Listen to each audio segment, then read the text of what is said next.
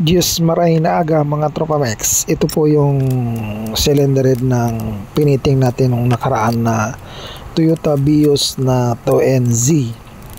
Tara, recondition po natin. Ako lang pala.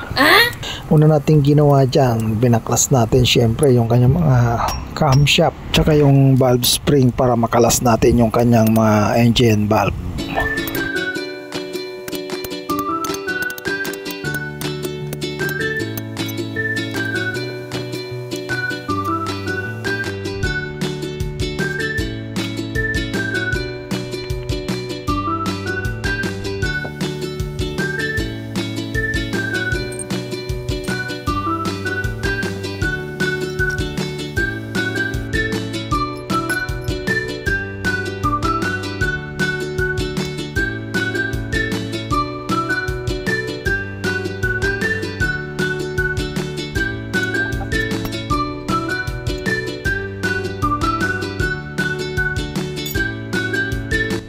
Kinalas na rin po natin yung steering na maliit po dyan sa may camshaft sensor nya mga tropa Mex. Kita nyo tutong na yung oil slugs nya. Once na magbara yan mga tropa Mex, matik kakapit yung camshaft nya dahil kukulang po yung supply ng langis sa kanyang camshaft. Kaya dapat yan mga tropa Mex, lililinis nyo po yan once na mag top overhaul kayo o mag overhaul kayo ng mga Vios o kaya Altis mga tropa Mex.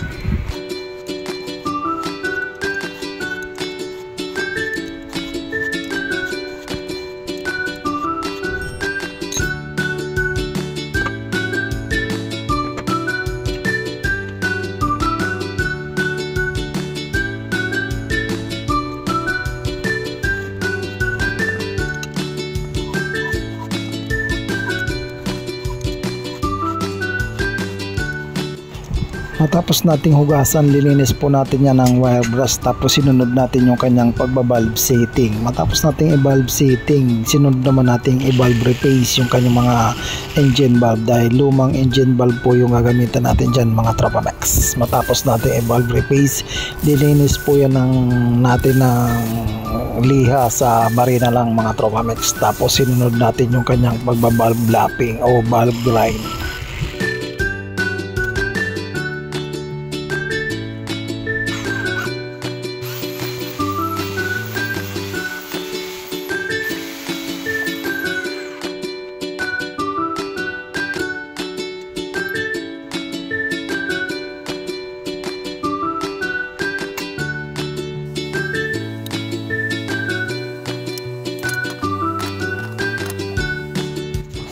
Matapos nating i-valve lapping, pinareplace po natin yan dahil may issue po yan na overheat mga tropa Mex. Pasensya na, hindi na natin naipakita yung pagtatap resurface, pero kita nyo naman mga tropa Mex na napatap resurface na po natin yan. At yun, fast forward, matapos natin ipatap resurface, hinugasan po natin ulit yan mga tropa Mex para mawala yung kanyang mga grinding compound at linower na po natin yan para mabilis matuyo, para ikabit na natin dyan yung kanyang bagong mga valve seal dahil simbolin po natin yan na wala mo ng valve spring dahil iba valve clearance natin yan mga tropa Mex.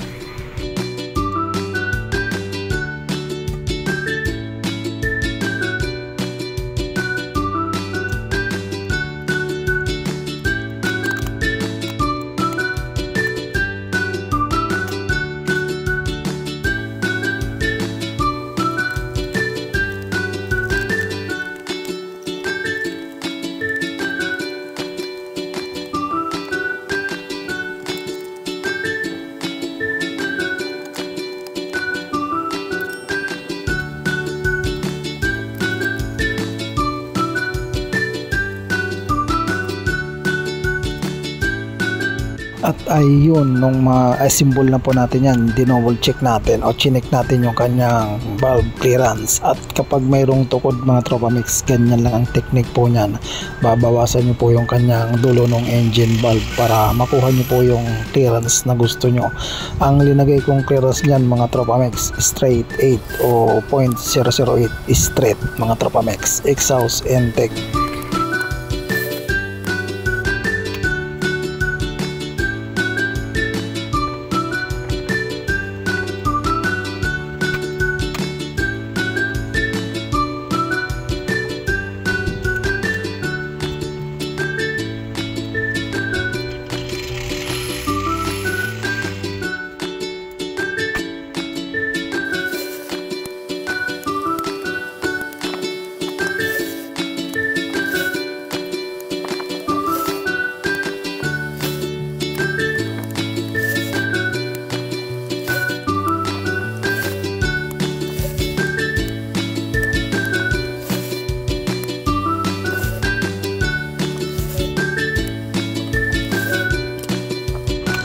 ay yun, nung may clearance na natin lahat ng valve, binaklas natin ulit po yan para ikabit na po yung kanyang mga valve spring tsaka valve lock, mga tropang mekaniko.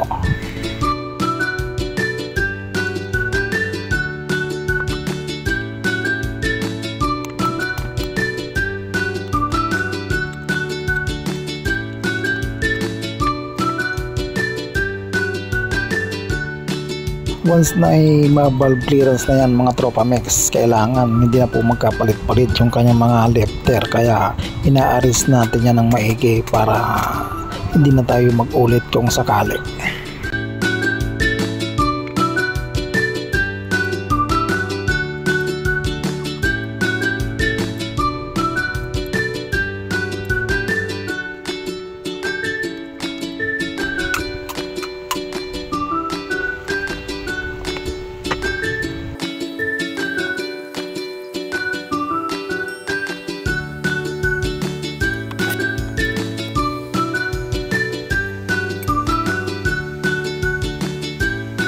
At nagamit na naman natin dyan yung DIY tools natin na pangkabit ng valve lock.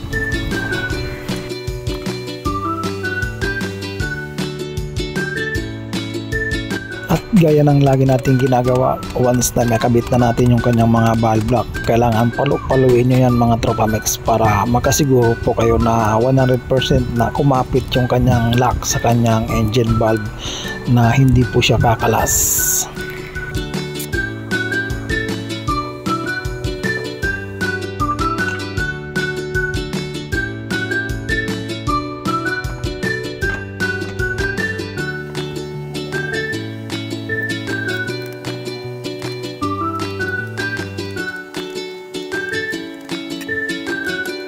At ibinalik na po natin dyan yung kaninang tinanggal natin na strainer mga tropa. Kita nyo naman kung gaano po kalinis. At ibinalot na po natin yan. I-deliver na po natin yan kay Kuya Dan's Auto Works. Shout out sa inyo dyan mga boss. Lalong lalo na kay Boss Riagan Machas. Shout out sa iyo boss. At yun, palaging pala naman po dyan at pa-share na rin kung inyo pong naibigan mga tropa mix. Marami pong salamat. God bless.